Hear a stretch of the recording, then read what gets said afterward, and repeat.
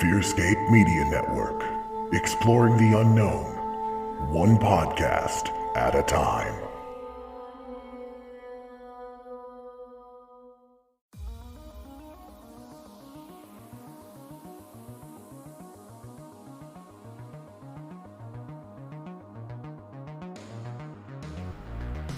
There are phenomena that exist all around us.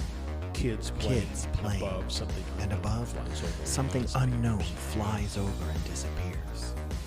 People driving at night, seeing huge creatures cross the road. People waking up to find their cabinet doors ripped open in their kitchen. Strange things happen every day around the world and seemingly at the same time and area. But are these occurrences connected? This is what we are here to explore and are trying to understand. Join us on our journey to uncover what we call the Convergence Enigma. Every Wednesday on the Fearscape Media Network.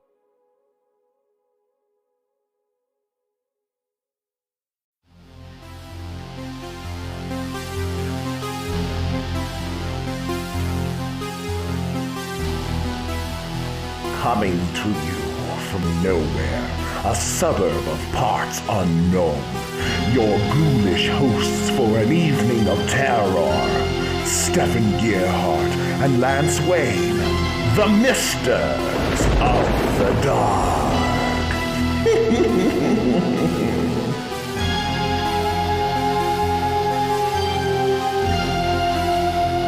Good evening, dear friends. Welcome to another terrifying episode of Misters of the Dark, the greatest horror podcast in the history of horror podcasting.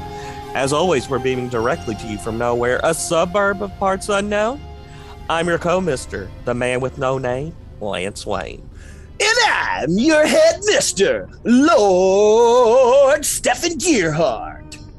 And we are so happy you could join us on this fine evening.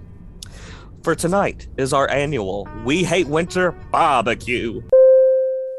To understand this reference, please pause the current episode of Misters of the Dark that you are listening to and listen to the episode 8 edition of Misters of the Dark. Thank you. And unlike previous years, we've actually blackmailed, enticed some of the villagers to celebrate in this merriment of meat. That's right, Stefan. And you know, the grill's still warming up, and we have some time before our guests finally arrive. Why don't we sit back and discuss the movie that's been on everyone's mind? And stomachs. Lance, you don't mean... Oh, but of course, Texas Chainsaw Massacre 2022. Netflix. Boy, I tell you what, man, I wasn't expecting Netflix to be the one to be grabbing the rights to Texas Chainsaw Massacre. Well, not to jump ahead too much, but I see why they dumped it on Netflix. But anyway, I'm gonna go ahead and say this right now. I watched the film. We're recording this the day after release. Yep. We both watched the film yesterday. Yeah, so spoiler alert. Yeah, we are going to spoil the course. fuck out of this movie. Yep. But honestly, I want you to listen to the rest of this episode. But I was after I watched the film, I was, just watching some of the reviews on YouTube for it, and honestly, I kind of feel the same way everybody else does. I noticed. So, yeah, listen to the show. Keep listening. Apparently, except for me, because I loved it. I loved it. That's your opinion. It's wrong, but I loved it, and my friends that aren't you on social media also loved it. But yeah, so this is directed by David Blue Garcia, screenplay by Chris Thomas Devlin. This is a direct sequel again. Yeah. Another reboot of a reboot of a reboot. This is a Yep. direct sequel to the original, The Texas Chainsaw Massacre from 1974, and it is the 9th installment of the Texas Chainsaw Massacre franchise. So we had a remake years ago that was really 2003. good, Yep. and Texas Chainsaw Massacre: The Beginning, which was a prequel to that remake, which was really, really good. And then they said, you know what? I know these films have been very successful, but let's reboot it. Yeah. Well, it got like anything else, just like, you know, all the bullshit with Friday the 13th. It got switched to the rights. There goes my fucking. I guess the Texas accent wore off on me. The rats. But the rights got bought by another studio, Twisted Pictures, I believe. I know it's the same people who did the Saw films. Yeah. The same production company or whatever. Yeah. So I'm just throwing this in there. But for the longest time, because I remember we were discussing this. We may have done it on another show. I'm not sure. But we were bitching about how, why are all these horror film, these films now, they're going by the title of the original, Halloween 2018 and stuff. But it literally just dawned on me, because, this is a little behind the scenes for everybody. But, I make the thumbnails for the shows, like sometimes days, weeks in advance. And for the longest time, on the one you're probably currently seeing, I put The Texas Chainsaw Massacre 2022. It did not dawn on me till like 2 days ago that this is just called Texas Chainsaw Massacre. So there's a slight difference. Right. So, I hate that. So we've got The Texas Chainsaw Massacre. That's the only one where chainsaw is 2 words as the original. Yeah. And then you go to the remake, which was The Texas Chainsaw Massacre. And then you go to the next reboot sequel, which is just a sequel to the original, ignoring 2, 3, and Next Generation. And it's just called Texas Chainsaw, though some call it Texas Chainsaw 3D, which is why people think it's the third in that trilogy there, but it's not. But it's got my girl, Alexandra Daddario.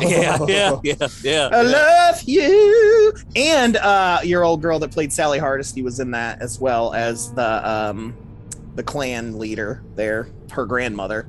And really? then, That was her? Marilyn Burns? Oh, yeah. Yeah, that was her. She played Alexandra's grandmother. Huh. That left her the estate and all that stuff. Did not know that. So that was her. So that was a cool cameo. I liked that. And I enjoyed that. I just rewatched it recently. It was pretty good. And then you got Leatherface, which is the prequel of prequels, which I just watched and barely finished because it was god awful. I couldn't stand it. But anyway, so then we've got the new reboot, which is ignoring this other sequel. Yeah. And creating a brand new sequel called wait a minute. You forgot Next Generation. Oh, no, I counted that. Oh, did you? Okay. Way back when. I said that the Texas Chainsaw 3D ignored 2, 3, and Next Generation. Okay. But yeah, and then we've got Texas Chainsaw Massacre. So they just dropped the. I think that they should, if they were gonna do it, they should have done it The Texas Chainsaw Massacre. But yeah, again, I don't understand why, when it's a direct sequel like that and you have an original character, like Scream just did it as well, but at least Scream changes its killer, and it's kind of like Doctor Who in that regards. Like it works and it's fine. But this is always fucking Leatherface. Like it's always. I've often thought of the Scream series as the Doctor Who of horror franchises. But you know what I mean. I know, I get it. It's not like it's Jason, where it's the same character. And well, in these, they've aged, right? So in Halloween and in this new Texas Chainsaw, both of them have aged. Leatherface, they've aged. So you wouldn't fucking know it. Right, but they've aged, so therefore these are the same characters. That means it's not really a reboot at the end of the day, because a reboot kind of implies things are changing. right? Yeah. No, it's still gonna be fucking Leatherface. Like, you know, if he comes back, which I'm sure, depending on how this does, right? Yeah. So why not call it like Texas Chainsaw Massacre: The Second Cut? Or something? Hey, listen. I like I said, I think we've discussed this before. Call it The Return or right or something. Such a weird because it may, and I don't know if they're doing it because they're afraid that if they do call it like a return or something like that, new people won't go because they're like, well, I never seen the first one, but this will trick them into going, oh, well, it's new, so we can go. Yeah. I've never thought of it that way. That's the only thing I can think of. That's the only thing I can think of. I don't know. But anyways, to move on, the cast. So the younger sister was played by Elsie Fisher. Do you know who Elsie Fisher is, Lance? The name sounds familiar. She is the voice of Agnes on the Despicable Me movies, the cute youngest daughter. Oh, really? The one that it's so fuzzy, I'm gonna die. It's so fuzzy, I'm gonna die. Yes, that is her.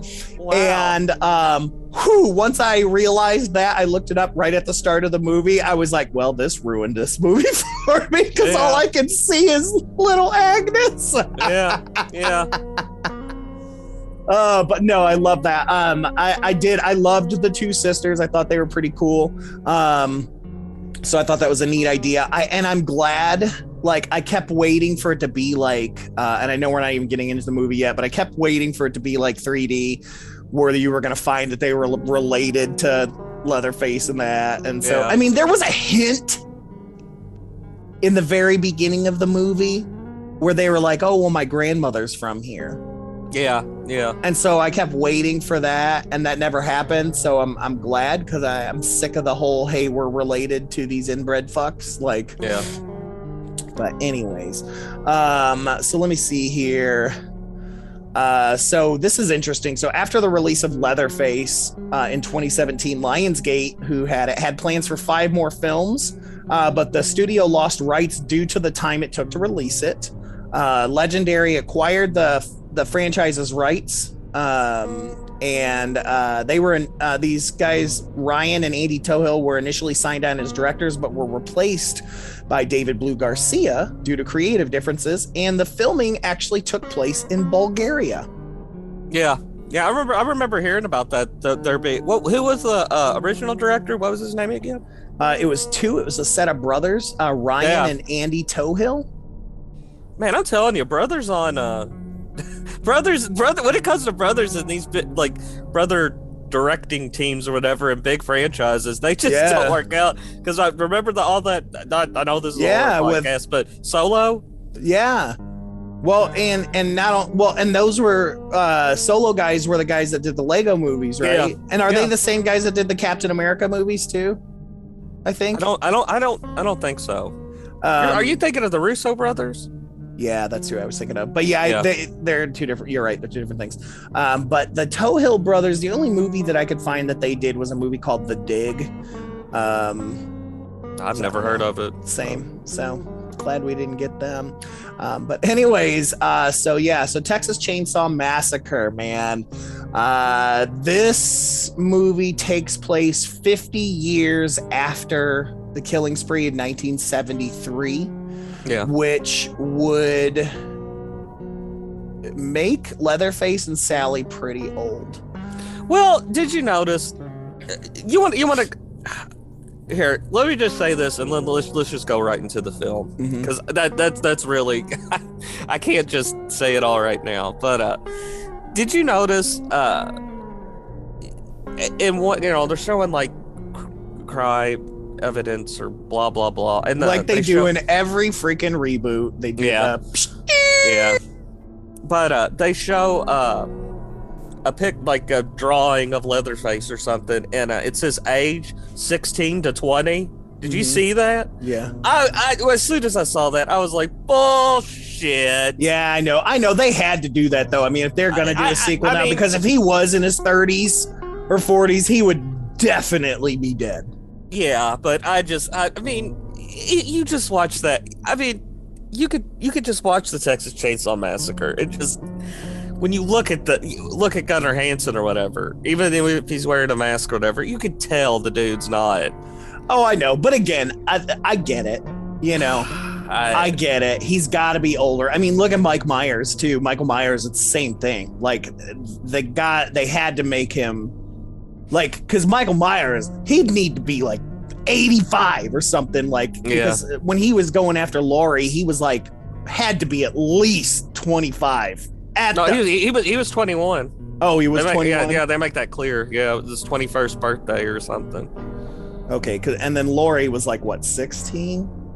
I would imagine, yeah. So, but whatever.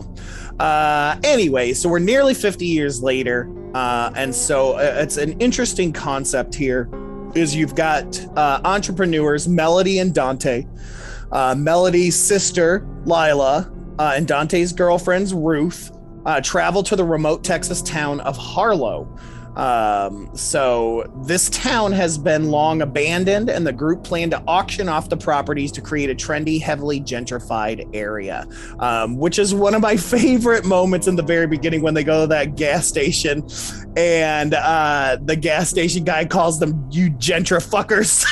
Yeah.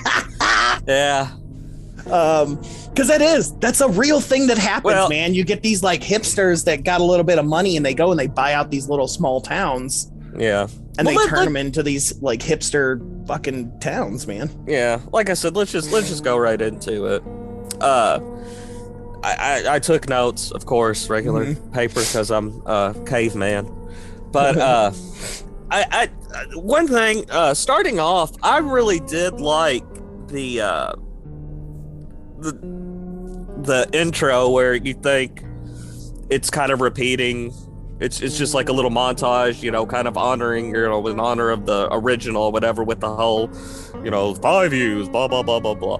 But it ended up being a TV documentary. I thought that was sort of clever. I've heard other people, I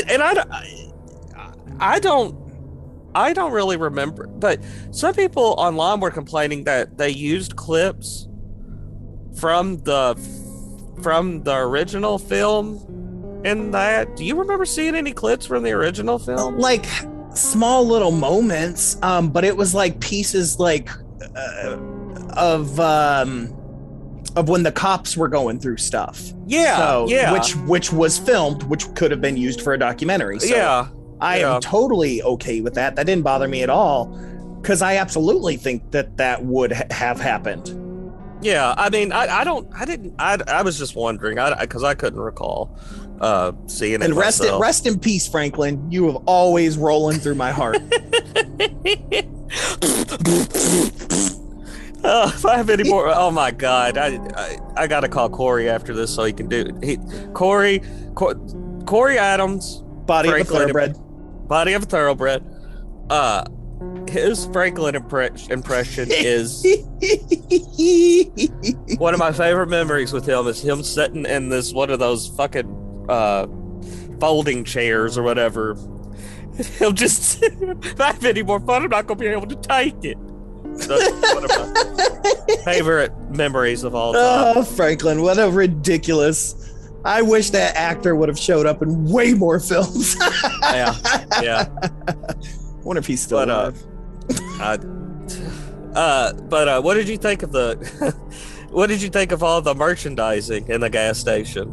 Again, this totally would happen. Now, I will say, I don't know how far this gas station was from Harlow. I don't think it was implied, but I couldn't tell, because Harlow's obviously not where the movie took place, right?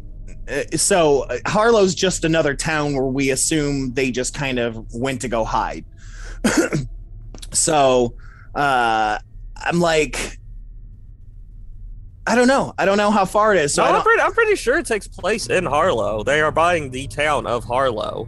No, I don't think so, because did you watch the after credit scene? I didn't. And let's get to that. We'll get to that. Anyways, I guess there's some discrepancies here, but I don't think, because you know what? I'm gonna check. I'm just gonna check just to make myself feel better to see if it says what town this takes place in. Because I don't think it does. I think in the original movie it was just a nondescript town somewhere in Texas. Now I know it's like Rock, but that's just where the house is now. Yeah. Yeah, I think it's just out in the middle of nowhere. Well, you're talking about the original town from the original film. Yeah. Oh yeah, I have no fucking clue. Well, that's what I'm saying. So I don't. I should have just shut up. So in continuity, I don't think Harlow is that town. Yeah. Okay. So so my point is like, is this gas station near where this took place, or is it just a random Texas gas station that's like, oh, let's put chainsaw shit up? Yeah. Right. That's what I'm asking, because Harlow. To me, it's very much implied Harlow is not the town where it happened, because obviously it didn't happen downtown. It happened in a country house, not in this orphanage and all this shit. So it felt weird to me that there was all this merchandise somewhere that's not the actual town. But then again, I think that there was a nondescript town. It was probably more like a county, somewhere that wasn't even incorporated, just sitting out in the middle of freaking nowhere. So this could be near that, which is still fine. But yeah, that would totally happen in real life. Oh, definitely. That shit, dude. I've never been to Wisconsin, but I'm sure they got it. Oh my God. Well, I mean, look at anywhere else, like, Tombstone. Shit, Tombstone is filled with all sorts of fucking stuff about all the people that got killed and everything like that, like memorabilia, like it ain't nobody's business. So yes, the corkscrew wine opener, the cork with the chainsaw on top. I knew it was gonna come back into play, but I even wrote down when it did. I wrote call back. I loved it though, because her sister was like, we got champagne. Yeah. I'm like, yeah, you're right. And she still was like, I don't care, I'm gonna keep it anyways. But yeah, so they're there at the gas station, they're getting gas, and then this redneck dude shows up, and he is just coming up with some Pantera playing or whatever was playing, just hardcore redneck dude, and they just treat him like trash. And I was like, I said, I was just immediately thinking, yep, I ain't gonna be mad when you die. Yeah, I wrote on here, I could already tell I'm not going to like these people. Yep. They are. And I just wrote, I wrote down, because later on with the cops and stuff, I just wrote country people equals bad. Right. And it does. It's like all of a sudden you're like, wow, shit, gas station dude was correct. They are gentrifuckers. Yeah. But again, I want to put this in there. There was that throwaway line that to the cop who they end up talking to right after, that their grandmother or somebody was from Harlow. Yeah. And then they made a reference to some song title. Yeah, that's what. Yeah, I can't remember. And I know we talk about this every time we talk about a new movie, that I feel like stuff got left on the cutting room floor. Oh yeah. That there was a subplot that just got thrown away, but they were like, we don't have the money because it's Netflix, so we don't have the money to go and do this scene again. Yeah. So yeah. But anyway, so they get to the town, and it's an old ghost town. I mean, it's like there's nobody there. And they find out that the redneck dude that they gave shit to is not only a local mechanic, but he's the guy that's in charge of getting them all the shit they need for the town and the auction. Yeah. So the handyman. The handyman, yeah. So that was fun right away. Them discovering that this guy was, and so he plays a very good, not scapegoat, but turncoat. Because you're like, oh, is he gonna be good? Is he gonna be bad? Like, they did just treat him like shit. But anyway, so they go and they're walking around, they're looking around, and they find the old orphanage there, which even says Harlow Orphanage. And Melody and Dante discover that it's still occupied by an elderly woman named Mrs. Mick. We're not gonna breeze past this, are we? The one reason they go in the building because there is a Confederate flag, and I forgot about it. Yeah, I'm reading a summary, so you fill in all the time. Yeah, but they see a Confederate flag and they're offended, and I when it got to that, I even wrote down I already want to turn this off. Yeah, I mean, because I was just like, we get it. Is this really where we're going? Yeah. Oh, gosh, they just made. Just from the get-go, man, they just made these people, and this is something everybody's saying. So I don't feel like I'm unjustified or whatever, but let's be honest, it's Texas. You're gonna see a more the flag of the country of Texas before you'd see a rebel flag. Yeah. No, I'm not sitting here. What my stomach didn't turn because I'm from the South will rise again. No, I don't. I hate the Confederate flag. I think it's ridiculous. What they're doing is they're trying to create two groups of people at odds. Yes, stereotypically. Yeah, and it's just very the only horror franchise I feel like could get away with like stereotyping people is Friday the 13th. Because Friday the 13th, that's why you go see Friday the 13th. You don't care. I in a way I think some of it's clever though, like because the way they dealt with the mechanic guy by immediately stereotyping him, right? And then you got the gas station guy immediately stereotyping the hipsters, and so there's a bit of a little too on the nose, but I think it's a bit. I know, but I think it's on purpose, you know. But yeah, I thought that was too much, and of course, the black character is one. It's like I gotta get this flag down. Yeah.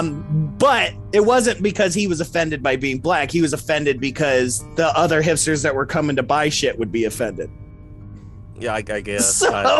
So he's up there. He's trying to get this flag out of the window, which I agreed that they walked in. Every other building, everything looked messed up and dirty and nothing inside of it. Yeah. And then this place looks like still lived in. I knew somebody was going to be there because it looked too nice. Yeah. And so, Mrs. Mick shows up. She invites them for tea. And she claims that she still owns the place. She says, so you're the new neighbors. Yeah, the trailer's really, I don't know if I was the only one. Trailers, really threw me off of this one because I guess it's just from seeing the other films in the franchise. I figured the old lady was gonna be like like the old crockety winch that's like, this is my home, I ain't going anywhere, and she actually ends up being very sweet and very courteous. I was kind of surprised by that. She was not like you think about the mother from the remake, the two remake movies. Yeah. Like that's what you think of, you know what I mean? Like Leatherface's mom. I'm like, oh boy. But she was super sweet. And the trailer messed me up too, because man, from the original description of the movie and the trailer, I thought that this took place in like a bigger city.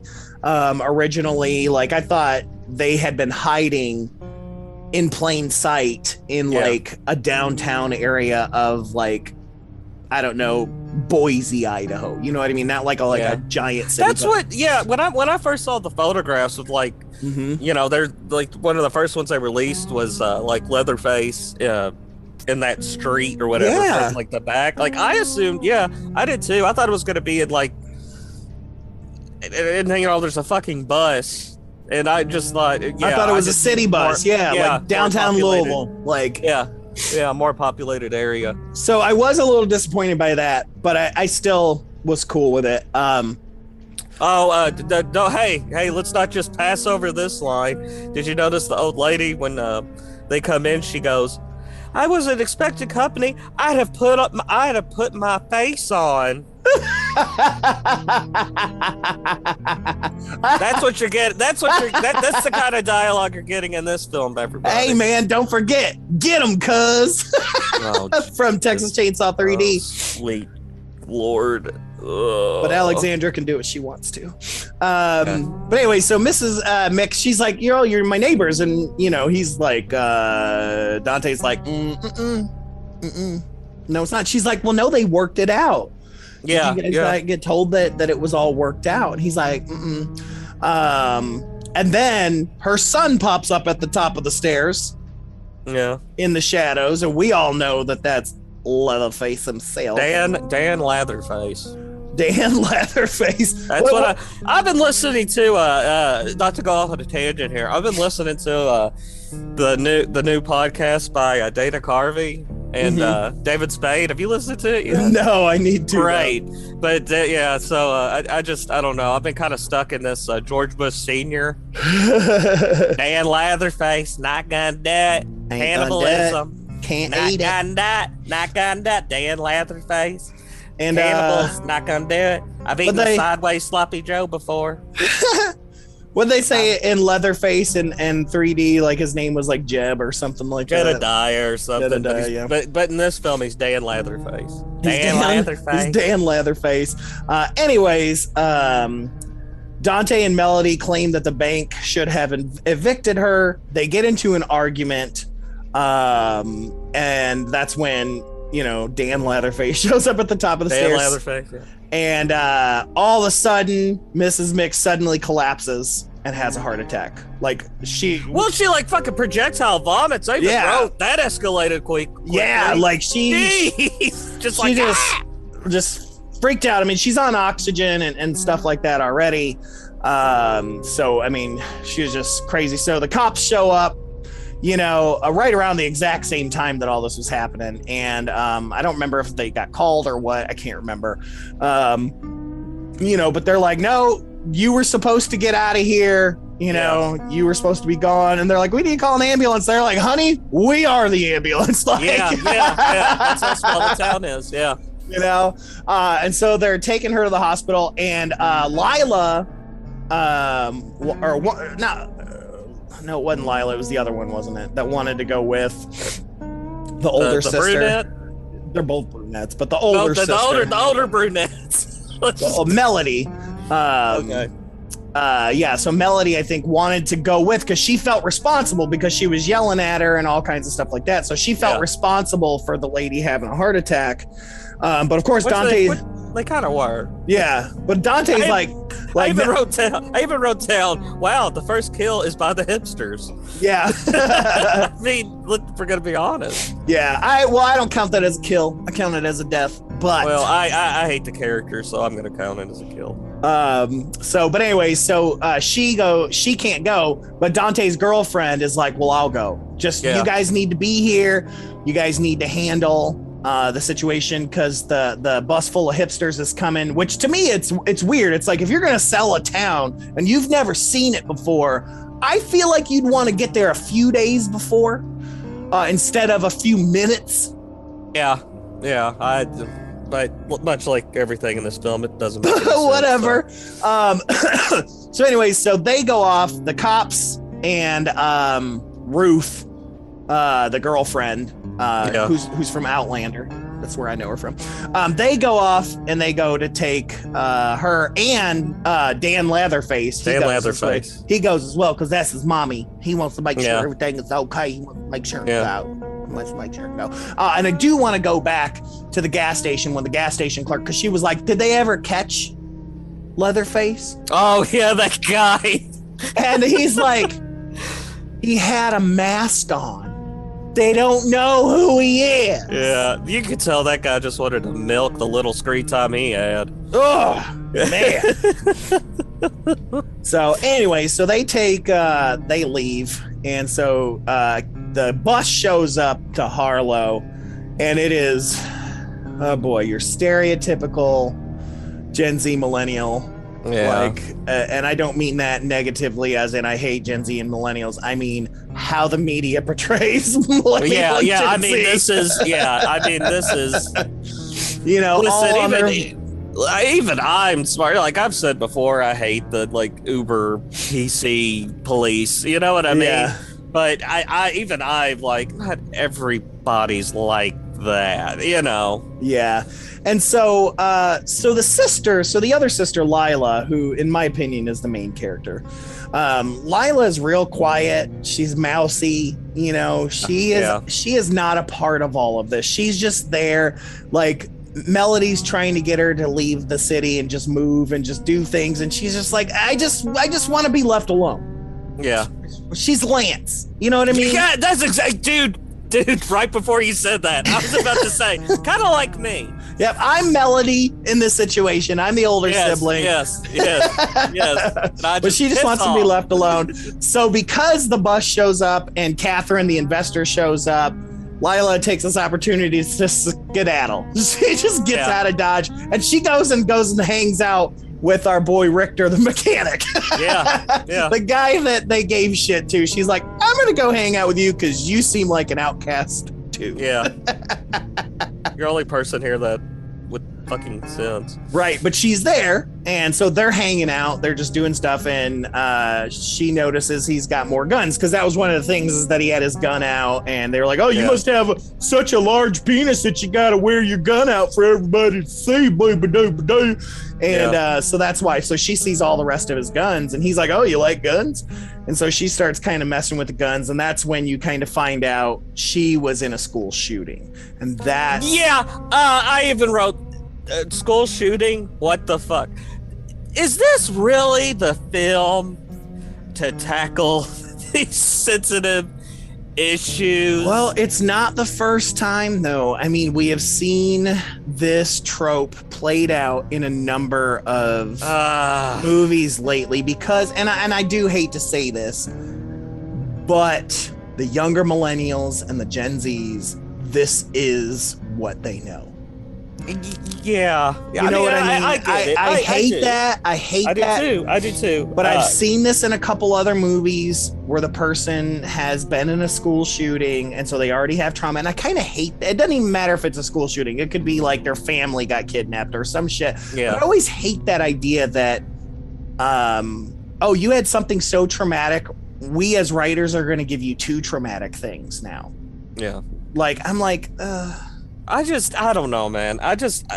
For one, it just came out of it was like Randy Orton out of nowhere. Yeah. It was just like, here you go. Here's this. Well, and it was obvious. I mean, she's holding the gun and he's like teaching her how to shoot it and shit like that. He's like, come on, fire it. And then you find out that she got shot, and you see the scar. Yeah. She's laying there. She's having PTSD. She drops the gun and stuff like that. So you already know, and as much as I still enjoyed the movie, this was lazy foreshadowing. Yes. Like, you already knew that she was the one that was gonna fucking shoot some shit and blah, blah, blah. Yeah. She was gonna have to work through that PTSD.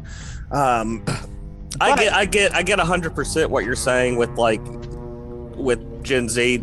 It's sad and bad as it sounds, that this is almost the norm. Yeah, it's the norm for them. But I just feel like this film wasn't the vehicle. It's the same thing for like a little bit older millennials, how terrorism is a thing. Like, my little brother was 10 or 11 when 9/11 happened. Oh yeah, same here. Yeah, that's his whole childhood. He doesn't remember much before that because everything changed for him. And that's how he remembers everything. And that he got in, all of a sudden was like into military stuff, got into guns, got into all these things because it was about protecting his family. It was about this and about that, because everything on the news was about terrorism and this and that and this. And what do you think? What do you think this next generation is going to be with COVID? Oh, yeah. You think it's going to be hand sanitizer? Yes, 100%. We're going to become Asians all of a sudden. Yeah. Like, because Asians have been doing it forever. I mean, everywhere they go, they're masked up. Yeah, I think that's what this younger generation is going to probably be, which is probably for the better. So, anywho, so we flash back over to the ambulance of them heading, the paddy wagon heading to the hospital, which you already know this hoe's gonna die. Like, you just already know, because we need Dan Latherface here to get mad. Yep. We need him to get mad. And that's exactly what happens. She dies en route to the hospital. So she is just not good.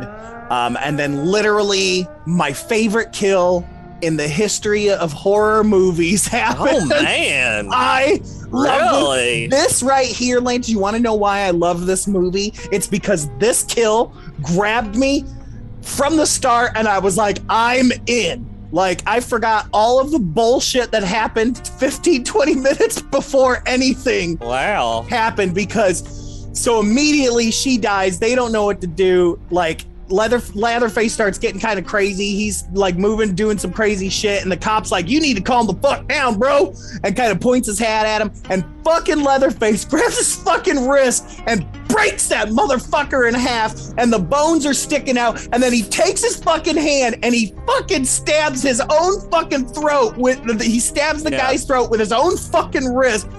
Holy shit, I have never seen anything like that. I thought it was creative, and you know, I love over the top stuff. The thing is, and it kind of is the same thing with the other sequels. Leatherface, when it comes to like when this was supposed to be a return to form in a way, for Texas Chainsaw Massacre, I thought, okay,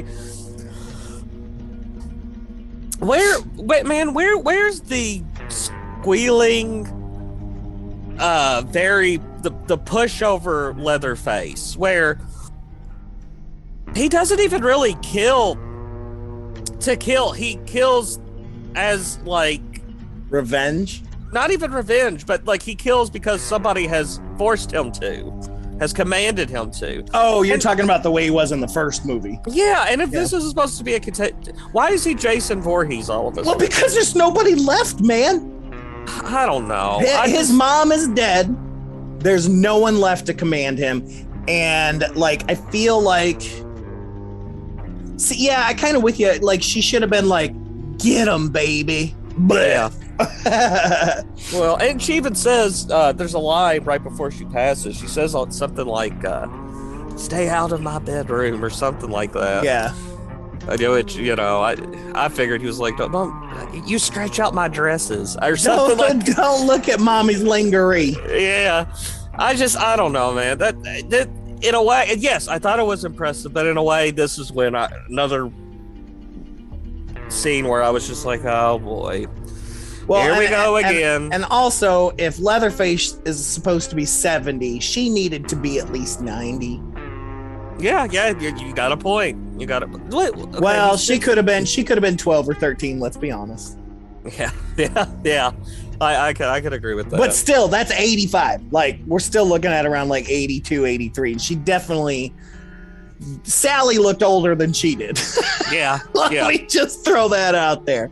Yeah. But anyway, still one of my favorite kills of any horror movie I've ever seen. It was impressive. It was cool because I expected just for that wrist to be broken, because I've seen something similar before, and him to just be screaming while chaos ensued. I wasn't expecting fucking Dan Latherface to grab his fucking arm and just fucking... I mean, yeah, it did take you by surprise, but like I said, it maybe I'm being too much of a purist here, but if this is really supposed to be like a continuation of the original, I understand that. Leatherface, even in the original, Leatherface, I mean, he's big, but he's not the fucking Hulk. Right, they definitely pulled a Michael Myers here. Yeah. And let's be honest, and we can do this because I'm sure we're both going to compare this to the new Halloween movies because it's on par. Yeah, I mean, you have to. Because they've even brought Sally back, which we'll get to become the new Laurie Strode, essentially. Not new, but a return. But yeah, he has become an unstoppable force. Like, I'll be honest with you, I kept waiting for scenes where he would get shot 50 times and just keep walking. Yeah. But that did not happen. But anyway, so that shit goes crazy. He grabs a gun, driver gets shot. Everybody's dying left and right. And the car crashes. And so the ambulance crashes. Ruth wakes up and she sees, which is pretty cool. Again, this is where it starts getting better finally, because she looks over and she sees Leatherface cutting off his mother's fucking face so that he's got a new face, and I'm like, oh my god, that's crazy. When he holds that up to the sun, was beautiful. I kind of liked that myself because I watched an interview with the director a couple of days ago, and they even asked, they were like Leatherface, along with other films, obviously pulled a lot from the Ed Gein story. And things like that, and they were like, did you pull any more out, take anything else? Did you take anything from the Ed Gein story for this film? And he said no, but I thought this was very Ed Gein. Like I that's the first thing I thought of when they were in the orphanage. I was looking for human skin lampshades. I thought this was very in the I thought it was more so in the vein of Ed Gein than Leatherface. Agreed. I will absolutely agree with that. Even the fact of how long it took to get a fucking chainsaw. But I do say I've thought this ever since we got our first look at him, ever since the trailer came out where we get all those hero shots of Dan Latherface. But I think Leatherface looks derpy. He does look a little derpy. And I mean, I know, like, it's a mask made of human skin. What do you expect? I don't know. I thought he looked kind of, and I know he's supposed to not be all there, but I thought he looked kind of. I thought he looks derpy, in my opinion. Well, regardless, Ruth is able to radio in, letting people know what's going on, which goes to the gas station clerk. Yeah, and he's like, "Oh fuck, it's Dan." It's Dan. It's Dan Latherface. It's Dan. This is Dan, man. We need to do a whole new cut of this film where anytime they mention Leatherface, we got to insert Dan.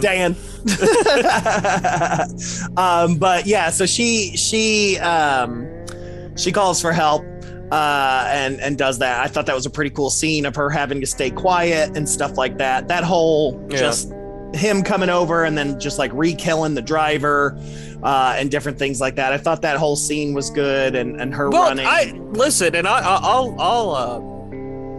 I'll keep saying this throughout the rest of the review or whatever, but cinematography in this film was fucking top notch. Oh yeah, I really enjoyed the director, the cameraman, whoever was responsible for this. They're no slouch. Yep. Now, story-wise, but man, there's a reason they put that fucking shot of Leatherface coming up out of the sunflower. Remember the field? Yeah, the sunflower field. When he just pops out. Eerie, fantastic shot. Yeah, it was good. The cinematography was amazing, man. Lighting. Yep. And also, before all this had happened, Ruth had managed to message Dante and them saying, "Oh shit, Mrs. Mick is dead." Yeah. And so that's a crazy thing. So before the auction happens, really, Melody sees these texts and is like, "Oh shit, we need to go do something." She tries to get Lila, but Richter, the mechanic, he overhears this. He takes the keys and he's like, "How dare you? You are not getting the keys to this until you show me the deed." Because now all of a sudden he's like, "Oh shit, was she right?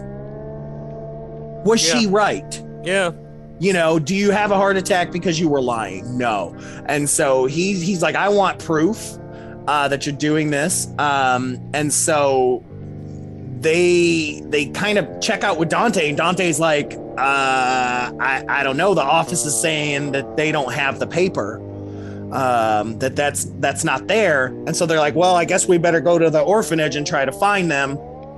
And it's around this time, kind of all around this stuff is I think it was the gas station clerk is the one that calls Sally, because you find out earlier that Sally became a Texas Ranger. Like that was a throwaway line that was done earlier too. Like Walker. Yeah, like Walker, Texas Ranger, but let's call it Sally. Let's call her Sally Walker. Sally Runner. Sally Runner. Sally Runner, Texas Ranger. Okay. Soul Survivor. She's like, it's time. I've been waiting for this my whole life. Yeah. Time to go. She's gonna go. You think it's a bit weird though that she became a, which I mean I don't know. I would assume this isn't her freak. She became a butcher though. I mean, you think that would like be the last thing you want to be after going through a traumatic event like that? Is I'd be vegetarian. Like yeah, fuck. no shit. Listen. I'm not. This isn't discrediting the actress at all. I thought. For what she was given, she did a fine job. But, you know, and this is, I don't know if you could call this a complaint. I don't know. But it just wasn't the same without Marilyn Burns. Agree or disagree? I agree. Yeah. We'll get to it, but especially the way they handled it. They just almost shouldn't have done it at all. Honestly, if you want my... Well, I mean, what can you do? I mean, she's been dead since 2014. I know, but it just... And I get it. They want to do the Halloween thing, and it would have been interesting, but the way later on, just the way it's handled, the whole interaction, they just shouldn't have done it at all. Yeah. But let's continue. Let's see. Yeah. But who knows? It could have been terrible too, because I mean, I think about I Spit on Your Grave, the official sequel to I Spit on Your Grave with the original woman, and God, it's terrible. Oh my God. I don't know if you've seen it or not, but I haven't even seen the original, to be honest. Oh, original? It's fucked up. Crazy 70s rape revenge movie. It's done well because it makes you want to throw up. I mean, it's done well. She was great in that. The sequel, because you know they've done well, successful making the remakes, which have been done pretty well, but this sequel where it ignores the remakes and things like that, brings back the original and her daughter, and it is really low budget. It's god awful. She's a bigger gal now. Just like it's Steph. It's not just that. It's just that obviously she's like 75 years old. She can't run. Like it's I don't know. It's weird. So I don't know. I don't know what it would have been like. I thought she did a good job though. Yes, I miss Marilyn Burns, but what's her name? Olwen Foree. Whatever. The only other thing I've heard she's been in is probably like everybody else is Mandy. Mandy. I love that movie. It's a good one. Yeah, it's a slow burn. She's mostly a theater star, but looks like she was in Fantastic Beasts: The Crimes of Grindelwald. Grindelwald, the first one, she was in that. That's the only thing that I recognize. She's going to be in that new The Northman movie, though. That looks really good. The one with Bjork. That's by A24 that's coming out. Oh, yeah. She's in that. So, which makes sense because it looks like she's Norwegian. So really? Yeah. Well, I mean, the name itself says so. Let's see. Wow. From here, she nailed that. She nailed that accent. No, she's Irish. My bad. still, she nailed that fucking accent. Yeah, for sure. But anyways, yeah, she's perfect age too, because she's actually 67 in real life, and that's how old essentially Sally would be. Yeah. So it per exact age, so it actually worked out pretty good. But anyways, I did miss her too, especially because you know they've given her some cameos over the years, and she even got to play Sally Hardesty in that one for like 5 seconds. Was it Next Generation? Was it? Yeah. You know, so I would have liked that, but yeah, I'm not mad at it. I thought she did a decent enough job, but yeah, they definitely made her look gristled like Jamie Lee Curtis now. But anyway, so she's gonna go. She's going to deal with this. She's been waiting for this because she knew that fool was still alive somewhere. But obviously they've done a good job in this continuity of never killing again. So yeah. So that's good. But anyway, so they're back at the orphanage. Melody and Dante, they're going through, and Melody discovers the papers and realizes that Mrs. Mick was right, and they had wrongfully evicted her from her home, which I want so much more backstory on this. Like, how would you have been wrong on this? Like, what happened here when the entire town is up for sale? How did this get missed, right? So yeah, want more on that. But anyway, so they feel awful. This is where Melody really starts to feel responsible for this, and this is when Dan Latherface shows back up to the orphanage and mutilates the shit out of Dante. This was I loved the way this was fucking shot. I loved the door opening and closing. Yes. Oh man, I'm telling you, oh god, the team behind this movie, just for your next film, just fucking work on your story. Here's the thing. So the script was written before this director came on. So Yeah. what I'm guessing is that this director's like, well, I can't do much about the script, but I'm gonna make it look beautiful, and I'm gonna make the kills. I'm gonna make the kills amazing, because the kills are what sells this movie for me. These kills are fucking phenomenal. Yeah. I'm telling you, like, this, and I mean, maybe I'm going out on a stretch here, or whatever you want to call it, but this isn't just like one of the best looking horror movies I've seen. It's one of the best movies. Again, it's why I like it so much. Like, I can look past a lot of story. Story isn't necessarily what makes me love movies. People are always like, why do you love every damn movie? And I'm like, because people are dumb sometimes. I've lived drama where it's worse. It's poorly written, and it's real life. Okay. Yeah. So I can accept that, because life does happen stupid a lot of times. It does. And I mean, I get that. I let it go, because if the cinematography's good, the characters are good, the kills are good, I'm in. I'm in this world, because I know stupid people like these people, and they would react this way. So I'm in. Yeah, sure, anybody could have written things differently, but I didn't have the pen, so I let it go. Yeah. But anyways, the Dante's death was great. Yeah. Melody hides. This is when Leatherface finds the chainsaw finally.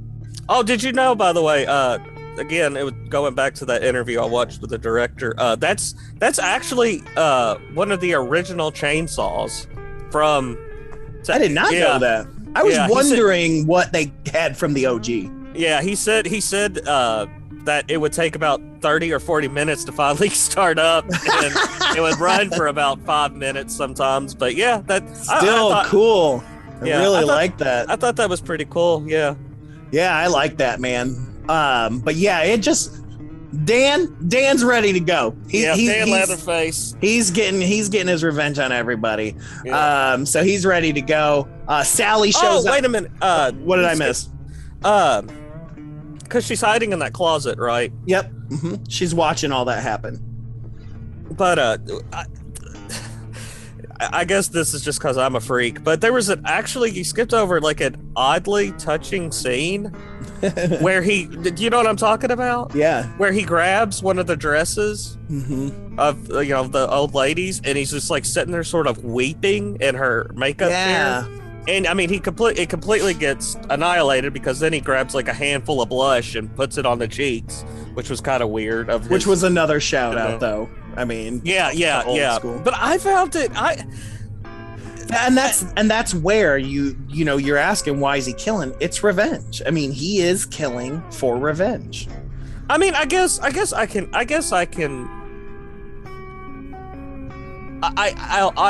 can agree that, like, okay, in the first film, kill him, Jason. Kill him, Jason. Yeah, but in the first film, he's killing out of family loyalty and fear. And Leatherface, I guess it's gonna sound odd. I guess he's kind of grown as a character. So I mean, I guess there isn't any reason he can't kill out of spite or revenge. Yeah, I mean, that's the thing. We don't know what's happened over 50 years. We don't know if his mom has like taught him I don't even know if that's his mom. I mean, that could have just been the lady that ran the orphanage and took his ass in. We don't know. I mean, just like out of every, even beforehand, out of every emotion that this film could possibly evoke from me, I was not expecting sympathy, or you know what I'm saying, but again, that's one of the things that we've talked about with Jason. That is why we love Jason, is because there's emotion behind that monster, whereas Michael Myers, there's none. He's just pure evil. Yeah, Freddy really none. Yeah, there is a little with Freddy, but Michael Myers, there's none. And with Leatherface, it's always just assumed there wasn't any because he was dumb. But no, this shows that is his mother or mother figure. And now he's, because I mean, that's why I liked that first kills, because he was pissed. Like, you killed my mom. You didn't do anything. I'm killing you. I'm killing everybody. Now I'm going to go kill the town. Because if they hadn't come here, if y'all hadn't come here, my mom would still be here and we'd still be eating sausage made of people. Yeah. Sounds good. Anyway. That Soylent Green sausage. Yeah. But you're right. You're exactly right. Yep. But anyway, so Sally gets to the ambulance crash site and she sees Ruth just skinned clean. I did. I even wrote down that I don't know why. I mean, aside from it being, a dead person with its face skinned off, but the little shrine, very Friday the 13th, by the way. But that image really kind of, I don't know why, kind of really did take me. Oh yeah, it's burned into my head. Like, I can still see it. Yeah, I can't wait to see all the haunted houses this upcoming year. Have that as part of it. It was visceral, man, like for sure. But yeah, shoo-wee, Deputy Dog, man, like that just that was a tough one to watch for sure. But yeah, just completely freaking skinned. Ugh. God, having to think about that. Anyway, so Sally's there. She sees that. She heads to Harlow, knowing that she is 100% convinced at this point. Yeah, that it's Leatherface. That it's Dan. And then the rainstorm comes at the town right when they're getting ready to party.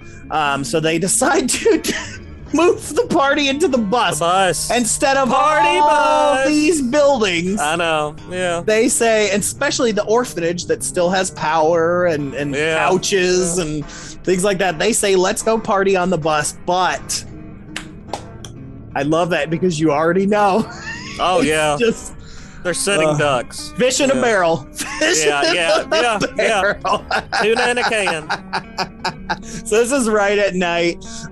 Dante then apparently somehow is still alive. Yeah. And he stumbles his ass out of the orphanage where Richter and Catherine, the investor, catches him bleeding to death. And he, I guess, just eventually just goes but Richter goes into the orphanage to try to figure out what's going on, and there's Dan. Yeah.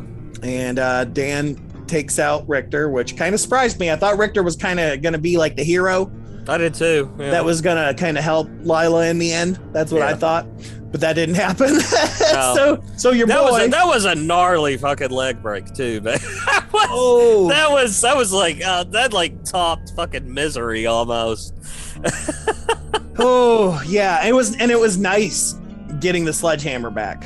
Yeah, or whatever that thing is. But again, a nice homage again. Yeah. To some OGs, and just his face is gone. There is nothing left of his face. Yeah. His head, man. Dan just took it. Like, it's gone. Yeah. It's literally just hamburger at this point. Literally. And it's that hamburger you get at the dollar store, and it's still got pieces of bone in it. Like, that's the good kind. That's some good. That's some goodie. This is a good kind. But Melody gets out of there. She's able to get the car and bus keys from Richter's body before fleeing the house. She finds Lila, and they're both being pursued by Leatherface, who has his chainsaw again. Yeah. And then in one of my favorite scenes in the movie is when Leatherface gets on this bus, because the dude's like, hey, somebody's out there, I'm gonna open the door. Yeah. And this is where they're like, hey, stereotypical Gen Z millennials, we're going to show you how stupid you are. Yeah. And this, I'm telling you, and I don't know if you'll agree with me or not, but this was the best part of the whole film. Oh, yeah. I loved it, dude.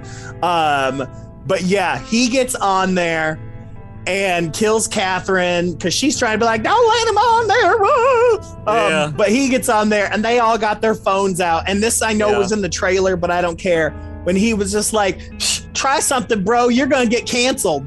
I loved it. I thought it was funny because just researching the film or whatever, I came across that. Yeah. The very people they're sort of poking fun at were offended by this. Yes. Yes. Like, all the little Twitter people were all like, we're not like this. I'm like, yes, you are. Yeah. And so, because Melody and Lila got on the bus because they were trying to get out of there. So they're in here too, which is extra crazy because here's Lila having flashbacks again to her PTSD and all that. But yeah he just goes ham, dude. Latherface just starts telling everybody the dude's filming it, and everybody's like, "Oh my god, that looks so fake. It doesn't even look real." If you're able to read any of the live messages, I'm laughing so hard because it was a great. That's what would happen because. I talk about this on my paranormal podcast all the time, is that there's been so many hoaxes and so many fakes, and we know what technology is out there, that if real things actually happened, no one would ever believe them. Yeah. Because so much stuff looks real now. But the problem is that, like, even back in the day, we always assume real life death to look like it does in the movies. Yeah. So when you see real death, if you were to see it on camera, you would probably think it looked fake because it doesn't look like how you saw it in that movie that had a $20 million budget. Yeah, exactly. You know what I mean? This just, I'd almost say skip the entire film and just watch this scene though. Oh, put it on loop. Yeah, That's what we do for Thanksgiving. As the kids say. What? We'll do that for Thanksgiving. Yeah, we carve up. Yeah. But yeah, just fish in a barrel, dude. It's incredible. It is. It's great. It's funny incredible. And it's over the top. Yeah. It's beautiful. It should get an Oscar. Yeah. It's absolutely phenomenal. But they are able to escape the carnage. They get out of there. I think they bust out of the top or something like that. And then Sally shows up and kind of helps out too.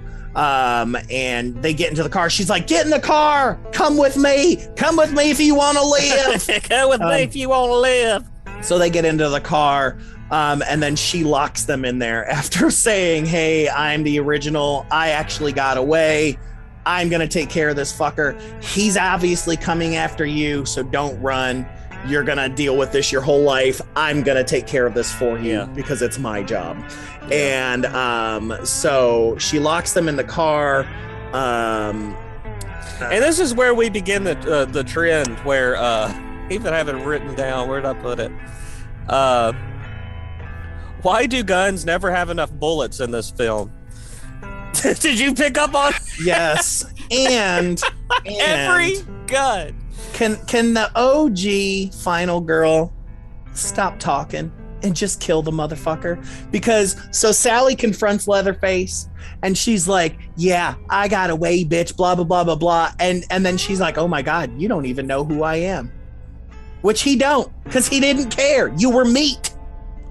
Yeah, I don't know. That's all you were. To be a very random, odd scene. But regardless, where he's just like looking, like he's just butchered all these. What is he taking a fucking break? Like, man, I can't do it right now. Maybe I don't know. But regardless, this is the problem I always have with Laurie Strode. Shut the fuck up and just shoot the motherfucker, will ya? Because she could have killed Leatherface right here. She could have been done with it. Well, they gotta have their Arnold moment where he turns to the camera. He turns to the camera, takes a cigar out of his mouth and says, "Don't blow your lid." But I'm just saying, like, I knew she was gonna talk and she was gonna lose the edge. She was gonna lose it. She starts monologuing. Yes, she fucking monologues, and so she doesn't get to kill him, and it pissed me off. And Leatherface, like, just fucking. I was like, oh shit. When he puts that fucking chainsaw on her stomach, I was like, oh shit. Well, it just fucking happens. And I even put, well, our hero is dead. Yeah. See, this is where I'm gonna get on my soapbox. This is why I wish they just didn't fucking do it. Because they just fucking kill her. You know, this was kind of the gimmick of the whole film. Oh, the character of Sally Hardesty is going to come back and she's going to, give Leatherface his comeuppance. But they just kill her, and then they literally, wrote it down here, they literally throw her in the trash. Literally throw her in the trash. Literally throw her in the trash. And I'm watching this at work, and my buddy Charlie turns around and he just sees her laying in the trash. He goes, "You watching a movie about a homeless person?" Yeah. I mean, okay, here's this legacy character. I mean, I'm not even sure.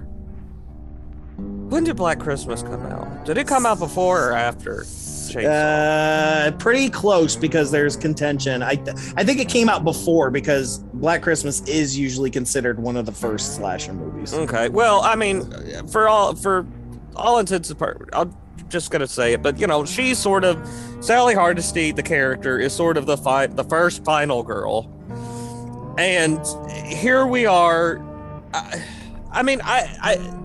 Yeah, 74. So I guess Black Christmas came out after. This movie, yeah. I'm almost back. I'm almost back to fucking Halloween Kills here, where I'm just speechless. I can't almost fucking talk about it because. Yeah. Now I was gonna bring up Halloween Kills as well, because it's a movie too that stopped focusing on Laurie to make it about the other character. Whether it be the daughter or the granddaughter in that case, because obviously that's what the point was here, was to say, hey, the final girl's not gonna be Sally, it's going to be Lila. Well, we don't know if it's Lila. We'll get to that. I know, but I'm just saying, like, that's what they're pushing. They're saying, hey, we need to hand over the reins of final girl to these sisters or whatnot. So, but yeah, throw her in the trash. It was a good death scene though, like him fucking lifting her ass up, I guess. And I thought it was cool though. So, once you fucking slaughter a bunch of people, like 20 or 25 people in a fucking bus, everything after that's just kind of goes downhill. Yeah, they could have just ended it right there. It would have been okay. Yeah. But yeah, so I am looking online. So Black Christmas and Texas Chainsaw came out in 74. So came out the same year. I'm guessing Black Christmas must have come out probably a month or two prior, because everything I'm seeing still says that Black Christmas is considered their first full-on slasher, even though a lot of people will say Psycho or Peeping Tom, but okay, all right. But anyways, yeah, yeah. But I agree. She's still essentially the OG, in my opinion. The OG final girl. Especially because of the way Black Christmas was handled. But anyways, yeah, so she's in the fucking trash, dude. Just threw her ass in the trash. Yep. And Leatherface, like Dan, he just walks away. And then he goes after the sisters in Sally's car. But are safe because Sally's not dead yet, and she still has her gun, and she shoots him. She does. And for the awful way they fucking treated her in this film, I did really like the line. And I mean, it's a very simple line, but I just felt like it carried a lot of power with it, especially. And I thought this was the only kind of time the school shooting subplot or whatever made it, kind of had some relevance. But she says, "Don't run. He'll never stop haunting you." Yep. And I mean, I think that's a like it I was said, powerful. It's a powerful message because it could be said for a lot of things. Yes, You know, and I liked that too. It was very powerful, and it was especially for Lila, which was saying, hey, you've got to face this. Yes, This one, you get to face this fear. I Yeah. obviously fucked up. I can't do it, so I need you to do it. yeah. But it gives it to Andrea, or I mean, Andrea. I just made that name up. To Melody. Andrew, what the fuck? I don't know. Andrea shows up in the middle. This bitch Andrea shows up. But yeah, gives her the gun, gives it to Melody.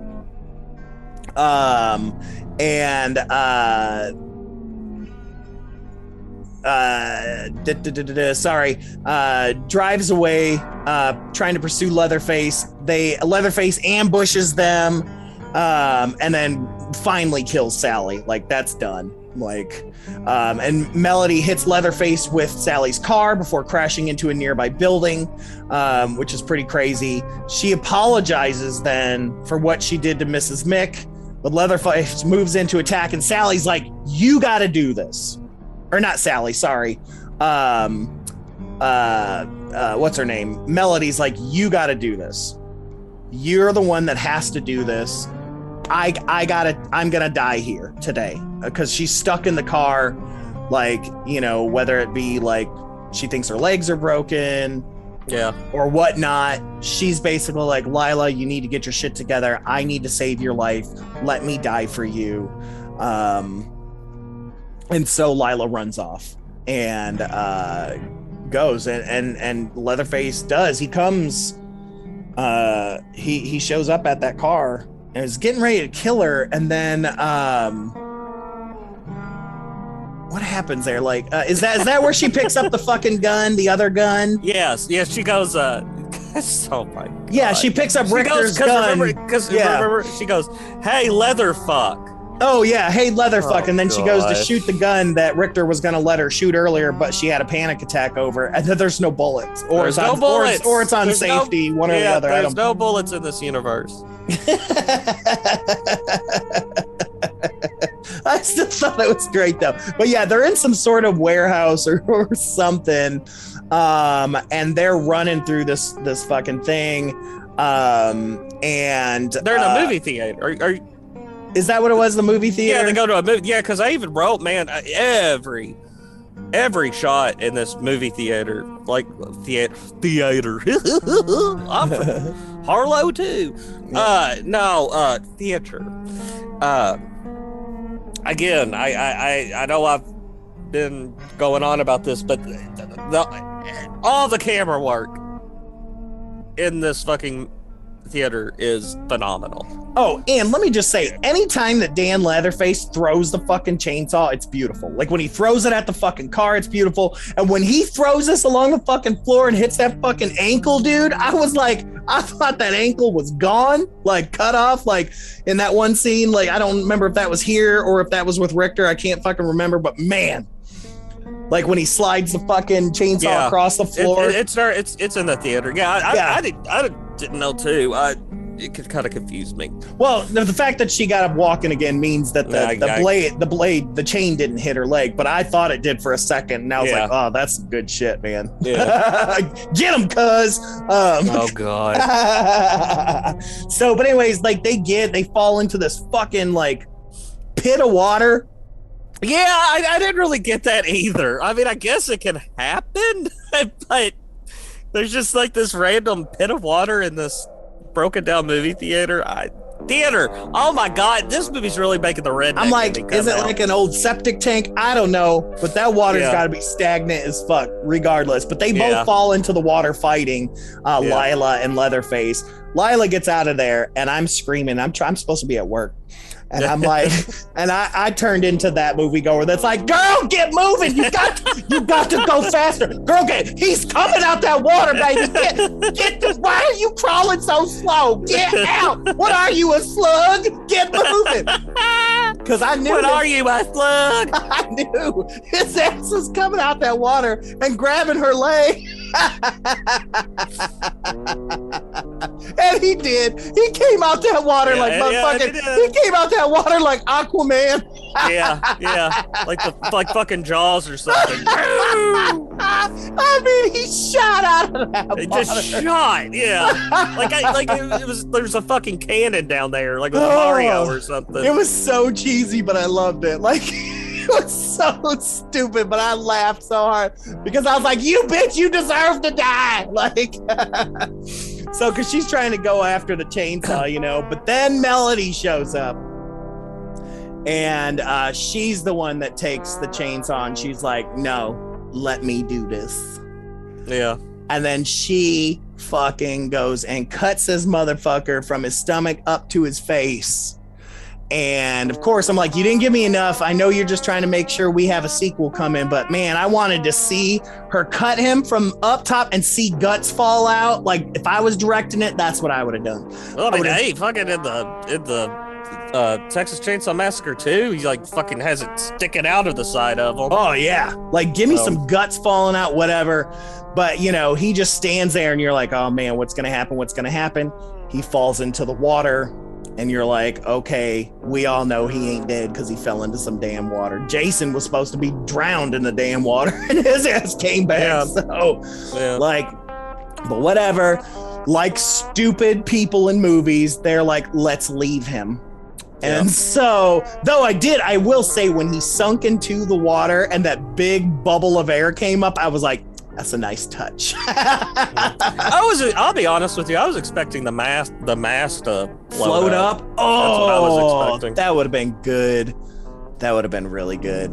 But then in another one of my favorite scenes is the end of this movie.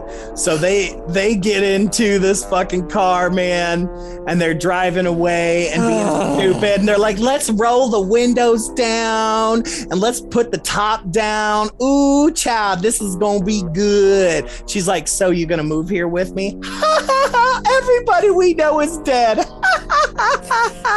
movie. But of course, we all knew it. Leatherface's ass shows back up and rips Melody out of that motherfucking car. And it's funny, to another stereotypical Gen Z millennial hipster thing, the car is a fucking self-driving car. Which I love. So they put it on fucking auto. And so she's looking back out of the sunroof at her sister standing there with fucking Leatherface. And this motherfucker just cuts her fucking head off. And I was like, yeah! I loved it. I thought it was one of the dumbest things I've ever seen in my entire. Fucking loved it. I felt like I hated her. I hated Melody from the start of the movie to the end of the movie. Yeah. I wanted her dead. I feel like this ending was really tacked on. I'm sorry, but they fucking, I'm sure the producers or whatever were like, hey, we need some sequel bait. And they tacked this on. Yeah. Yeah. But I mean, it takes her head and now because it's an auto car, she's just going, Lila's going as she's screaming. Yeah. So good, tragic end. I like that. Good dancing. Good chainsaw dance on the Leatherface actor's part. Again, that's why I liked it. I like that because he's like, haha, I still win. It kind of does. It looks like a kid when they get away, when you're like chasing one of your kids or something. And they shake their butt at you. Yes, and that's why I liked it because that was again the homage to Gunnar Hansen's dance moves, and I love that him dance around. I mean, that's morbid as fuck if you think about it, though. She's watching her fucking sister's head in this guy's hand. I mean, but it's dumb because like I said, Randy Orton out of nowhere. So you missed the post-credit scene, but after the credits were over, it's just a simple scene. Just describing it is fine. You just see Leatherface walking down the street, still holding the head, still holding the chainsaw, and then it pans up and he's walking down the driveway to the original house. No kidding. Mm-hmm. So he's heading back home to where the original massacre took place. So if they are going to do a sequel, it's going to take place there. So, so they're heading back to the house. I kind of would. I mean, it sounds simple. I kind of would have to have seen that though. Yeah, just check it out. It's literally like fucking 7 seconds. It's nothing big, but it's a nice homage to say, hey, we are heading here next if that's happening. So, but yeah, so that's our movie, man.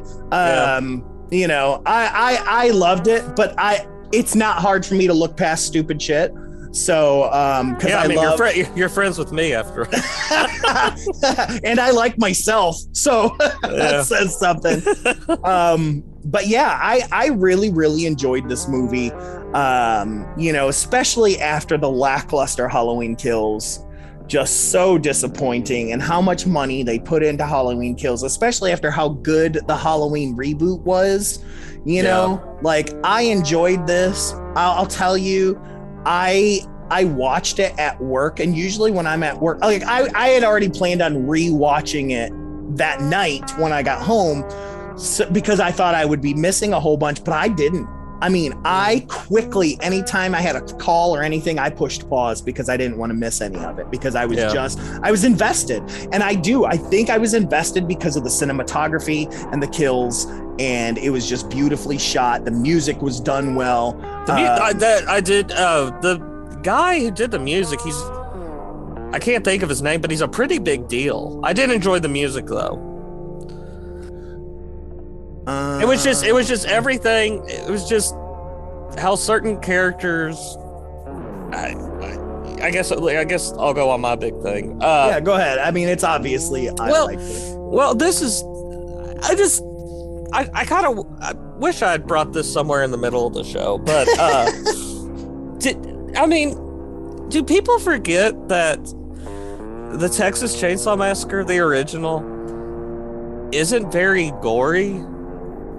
They do. Like how little, and I mean that was something else with Return to Form. I just sort of thought, I've said it before.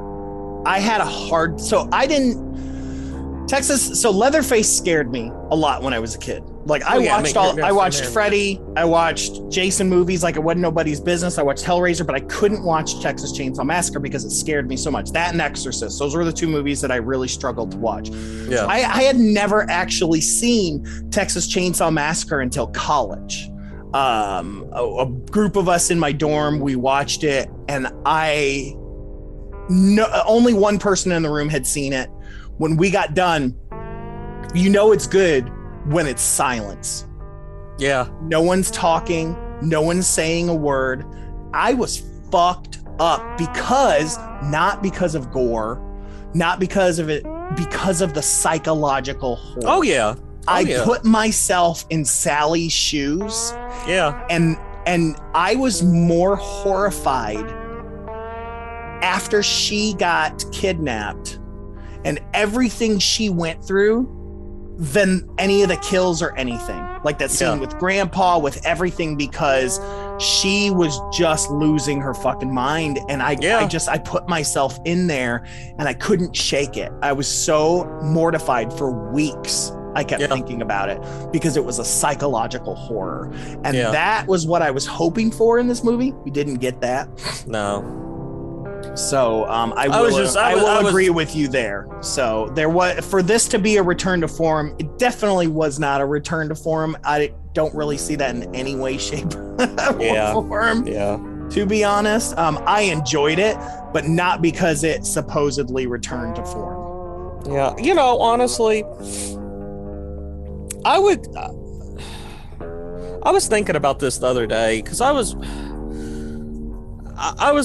watching it. This has been a while ago, but there was this guy, I don't even remember who he was. He was on YouTube.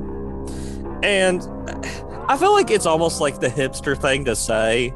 I mean, this guy, he just came off very smug, but he was talking about, it was back right when we were in the thick of this whole Friday the 13th legal battle. Mm-hmm. And he was talking about it, and he was like, you know, my favorite Friday the 13th is the first one. I wish they would remake that and not even have Jason.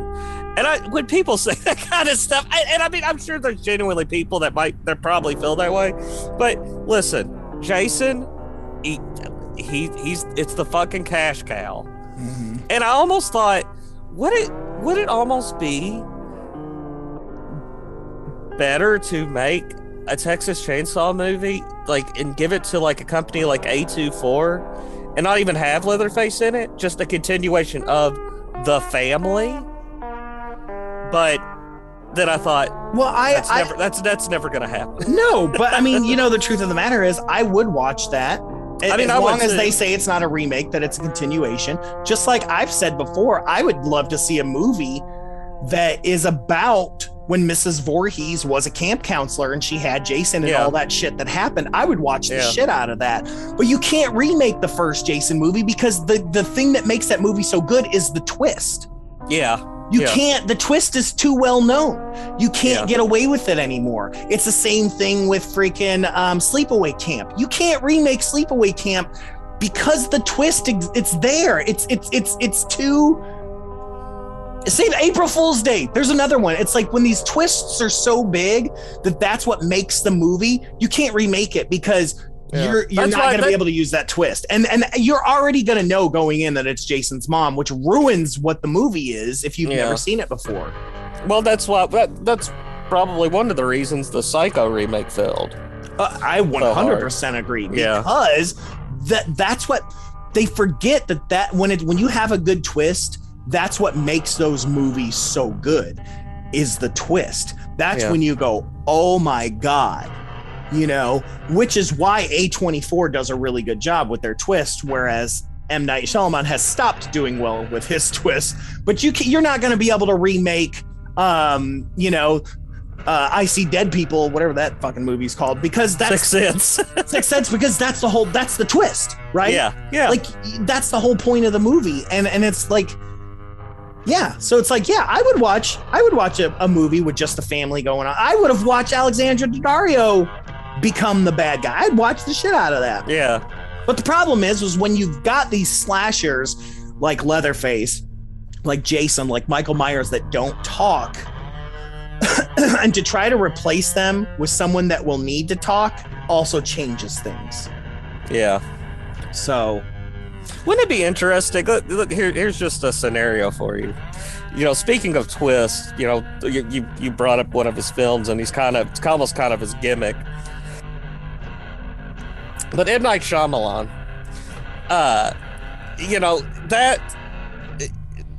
what was that movie with James McAvoy? Split. Yeah. People, that was so crazy because people, they just thought, we're gonna go see this crazy.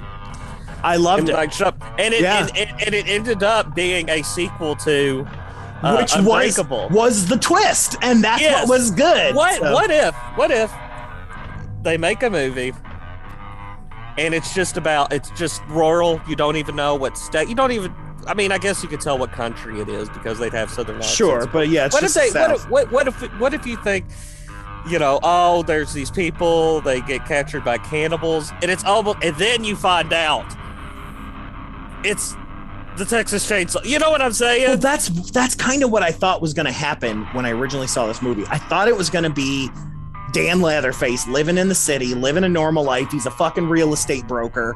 Like, he's just moved on, he's changing things, and you don't know that he's Leatherface until later on in the movie when his mom gets killed or something and he fucking loses his shit and maybe he's been in therapy for 50 fucking years, like all kinds of crazy shit, and it all just comes back to him, right? And he loses his mind. That's the movie I thought we were getting.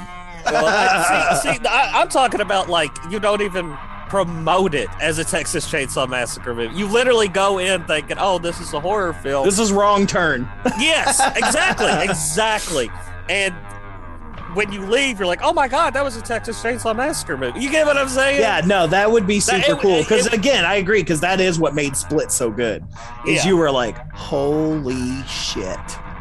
Yeah, I think Glass came out and completely dropped the ball, but yeah, agreed. I mean, I liked it enough. It satisfied me enough. But yeah, how good Split was, whatever. We're not talking about that movie. Yeah. But anyways, yeah, I enjoyed this movie. I really, really enjoyed Texas Chainsaw Massacre. It definitely has its faults for me. So I would recommend watching it if you don't care too much about the dialogue, and you just want to see some beautiful cinematography and some of the best kills I've seen in a long time. I highly recommend it. I know you're a little more about it, right? Watch the bus scene. Watch the bus. That's all I'm gonna say. I told my sister after I watched it yesterday, I said, there's a reason they put all the best stuff in the trailer. Yeah, that's true. I will say the composer was Colin Stetson. He's the guy that did the Color Out of Space and Hereditary. So very good guy. But yeah, real experimental and stuff. But yeah, regardless, I thought the movie was good enough that I'm excited to see more from Netflix. I like this. I enjoyed the remakes before. I would have rather just seen that, but I liked this better than Texas Chainsaw 3D. I liked this storyline a little bit more, but now everybody's dead except for Dan. So so I don't know. People are gonna tune into this. You gotta listen to this fucker because you're gonna hear us talking about Dan. You're gonna be, Dan, who I'm on an improv team with, and who's one first. He's gonna be like, why are they bringing me up? Oh yeah, and he listens to the show. So Dan, hey buddy, we're not talking about you. Yeah. Though you probably should lather your face. You should lather. I do agree. Should lather it. But anyways, so the reception has been mixed. Like we said, it's got about 4 to 5 out of 10 kind of average. What's it on Rotten Tomatoes is 31%. Oh, really? Which I think it deserved way more than 31% because I think even Halloween Kills did better than that. So, stupid. But anyways, I will give it that. Okay, I will kind of give it that. It is better than Halloween. That isn't fucking saying much, but I will give it that. It's better than Halloween Kills. Yeah. Yeah, the one guy said from the Hollywood Reporter, he said, Texas Chainsaw Massacre doesn't exactly offer anything new, but gorehound fans who rejoice at watching people's innards fall out of their bodies will find much to appreciate. And I'm like, we didn't see any innards come out. So anyways, yeah. So that's the film. Again, I say check it out. If you got Netflix, it's free on Netflix. Go for it. I say watch the bus scene. Watch the bus scene over and over. Loop it if you're a freak like that. Have some fun with that. All right. And with that, dear friends, we come to the end of another delightfully disturbing episode of Misters of the Dark. As always, thank you for listening. Thank you to the Fearscape Media Network. And thank you to Corey Adams and Ashley Jones Adams from Nothing Wrong for our musical theme. You'll never see that. Ooh, Lance. Our guests are here, and you know what that means. Be right there, Stefan. But before we go, dear friends, I'll leave you with this. Meat is murder. Good night. Ooh, you know I love cold cuts.